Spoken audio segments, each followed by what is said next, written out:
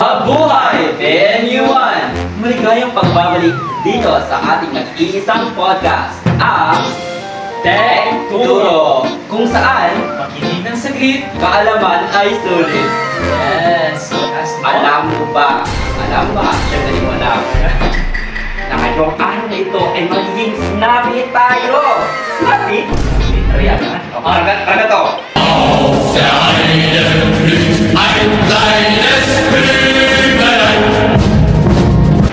Nakabotog! Ganyan! Kasi literal na magiging snapping ating guest speaker ngayon. Yes. Excited ka na ba? Excited ako kasi hindi ko naranasan ang mga ganto-ganto na mga gawain noong first year pa ako. Like snappy. Oh. Yes. Kaya turuan kita paano mag-salute. Ayan, hindi.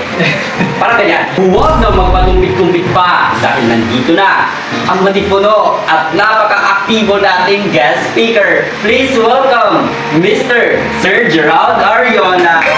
Ayan. So, bumati muna kayo at say hi to our 100k followers. Oo po, 100k na po ang ating followers. Thank you sa inyo guys. Hello, 100k followers. Una-una, shoutout ko muna yung buddy ko dyan na si Katiti Kapitan Mateo Brian Itang mula rin sa PNU ROTC Unit. At magandang araw sa inyo lahat. Ako po si Katiti Kapitan Riula mula sa PNU Mindanao ROTC Unit.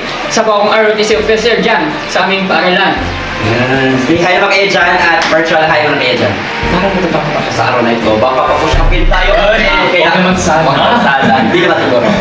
Pero alam mo ba, ang dami palang trabaho ng mga militar, dami palang kinakandak ng mga program, hindi lang pala pagproprotekta sa ating bayan. Yes. Kundi meron pa rin silang outreach program kung saan tinuturuan nila. Saludo talaga tayo sa mga talaga. Pero, yun nga no, paano nga ba na-apektuhan ng digital divide ang pagkatuto ng mga estudyante para sa iyo sa iyo? Ang mga militar ay hindi na rin nagpuprotekta sa ating bayan, kundi rin ay nakatulong din ito sa ating community, sa ating komunidad. Dahil unang-una, hindi lang kami sa protection, kundi kami rin ay tumutulong, lalo-lalo na sa malayo sa edukasyon. Yan po. Ang military po ay kumbaga ay naka-separate kami ng iba-ibang unit. Itong pambira, ito po yung infantry, at ang same po, ito po ay para sa community. Ooh! Bagong kalaban. Hoy, bagong kalaban namin yan. Wala yung script. Yes, wala yun. Wala.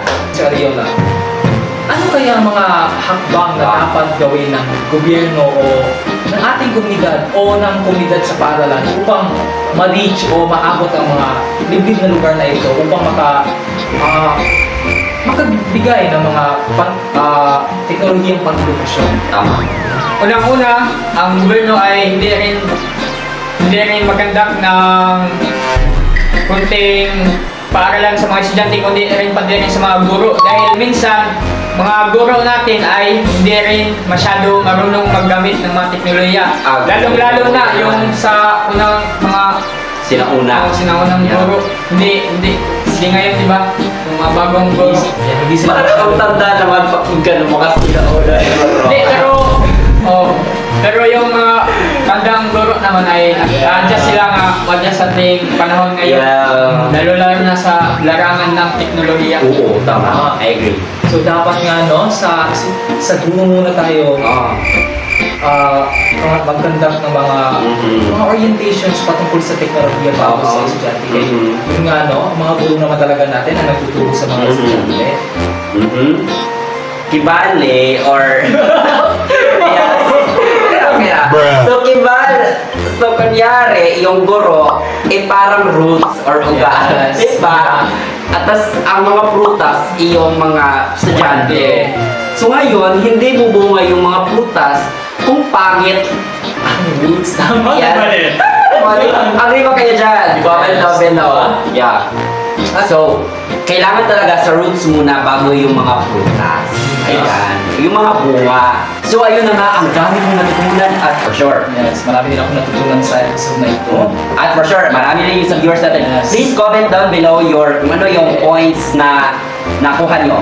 Thanks to Sir Ariola for giving us the insights. Grabe, hindi naman expect na ganun pala. Galing ang mga sundalo natin. Although alam namin na magaling talaga, pero wow. So sir, meron ba kayong gustong batiin?